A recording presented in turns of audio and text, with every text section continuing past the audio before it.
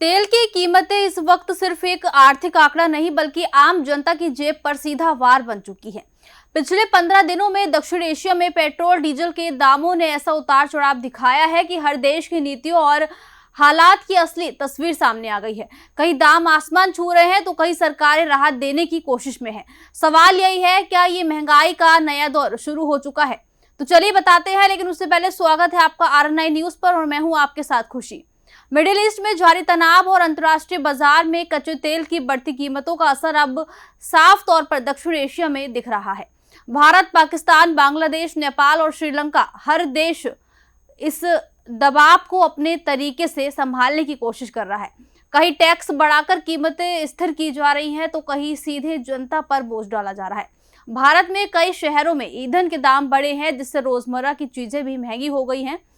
पाकिस्तान में कीमतें पहले बहुत ऊंची रही और अब भी लोगों पर दबाव है। बांग्लादेश और नेपाल में भी ईंधन महंगा है, जबकि श्रीलंका में स्थिति धीरे धीरे स्थिर हो रही है। कुल मिलाकर तेल की कीमतों का असर पूरे क्षेत्र की अर्थव्यवस्था और आम जनता के बजट पर साफ दिखाई दे रहा है। आने वाले समय में राहत मिलेगी या नहीं, ये वैश्विक बाजार पर निर्भर करेगा। देखिए रिपोर्ट। भारत में पिछले 15 दिनों के भीतर पेट्रोल और डीजल की कीमतों में लगभग 60 से 8 रुपए प्रति लीटर तक की बढ़ोतरी दर्ज की गई है। कई शहरों में पेट्रोल 100 से 110 रुपए प्रति लीटर के पार पहुंच गया है। रिपोर्ट्स के मुताबिक 10 से 12 दिनों में ही 4 बार दाम बढ़ाए गए, जिससे ट्रांसपोर्ट और रोजमर्रा की वस्तुओं की कीमतों पर असर पड़ा है।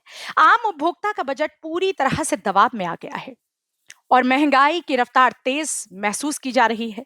पाकिस्तान में स्थिति ज्यादा अस्थिर रही है।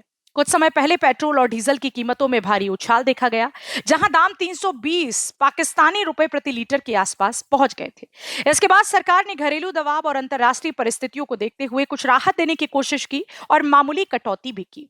हालांकि राहत के बावजूद ईंधन की कीमतें अभी भी आम जनता के लिए बेहद भारी बनी हुई हैं और आर्थिक दबाव लगातार बना हुआ है। बांग्लादेश में पिछले 15 दिनों में ईंधन की कीमतों में कोई बड़ा बदलाव नहीं देखा गया, लेकिन दाम पहले से ही ऊंचे स्तर पर बने हुए हैं। सरकार की ओर से सीमित सब्सिडी के कारण यहां पेट्रोल और डीजल की कीमतें स्थिर तो हैं, लेकिन आम लोगों के बजट पर लगातार दबाव डाल रही हैं। परिवहन और जरूरी वस्तुओं की लागत भी इससे प्रभावित हो रही है, जिससे जनता के लिए राहत की स्थिति नहीं बन पा रही। नेपाल, जो ईंधन के लिए पूरी तरह आयात पर निर्भर है, वहां भी हाल के दिनों में हल्की बढ़ोतरी दर्ज की गई। भारत से कीमतों के प्रभाव के चलते यहां ईंधन महंगा हुआ है। इसका सीधा असर ट्रांसपोर्ट सेक्टर और दैनिक जीवन की लागत पर पड़ा है। सरकार कीमतों को नियंत्रित करने और स्थिर रखने की कोशिश कर रही है, लेकिन वैश्विक बाजार की अस्थिरता इसे चुनौतीपूर्ण बना रही है। श्रीलंका, जो हाल ही में बड़े आर्थिक संकट से उभरा है, वहां ईंधन बाजार धीरे धीरे स्थिरता की ओर बढ़ रहा है। IMF सहायता कार्यक्रम के बाद सरकार ने नियंत्रण की कोशिशें तेज की हैं। पिछले 15 दिनों में कीमतों में कोई बड़ा उतार चढ़ाव नहीं देखा गया है, लेकिन सामान्य स्तर से ईंधन अभी भी महंगा है। आर्थिक सुधारों का असर धीरे धीरे दिख रहा है। तो कुल मिलाकर दक्षिण एशिया में तेल की कीमतें सिर्फ एक आर्थिक मुद्दा नहीं बल्कि राजनीतिक और वैश्विक परिस्थितियों से जुड़ा बड़ा संकेत बन चुकी है। हर देश अपनी क्षमता और नीति के अनुसार प्रतिक्रिया दे रहा है, लेकिन असर हर जगह आम जनता पर ही पड़ रहा है। आने वाले दिनों में अंतर्राष्ट्रीय बाजार की दिशा ही तय करेगी कि ये दबाव और बढ़ेगा या कुछ राहत मिलेगी। फिलहाल के लिए खबर में इतना ही। देखते रहिए RN9 न्यूज।